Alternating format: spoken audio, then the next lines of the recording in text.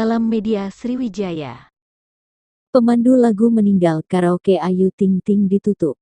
Pemerintah Kota Bengkulu menutup sementara tempat hiburan karaoke Ayu Ting Ting di Kelurahan Penurunan setelah tamu dan pemandu lagu, PL, meninggal dunia di lokasi tersebut.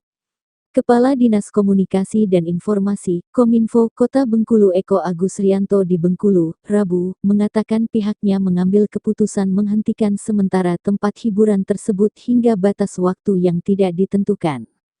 Penutupan tersebut dengan mempertimbangkan proses penyelidikan aparat hukum yang sedang berjalan serta mengantisipasi agar kasus serupa tidak terulang.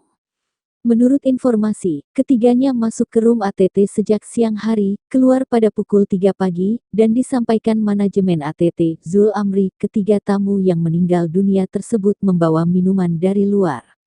Kami tidak menyediakan minuman, kata dia. Diketahui peristiwa serupa tamu meninggal dunia usai menenggak minuman keras yang terjadi di ATT bukan kali ini saja. Beberapa waktu lalu, pengunjung juga meninggal dunia usai menenggak minuman keras. Kepala Satpol PP Kota Bengkulu Yurizal mengatakan pihaknya sudah sering melakukan razia di ATT. Dan dalam waktu dekat dirinya akan menggerakkan Satpol PP untuk kembali melakukan razia.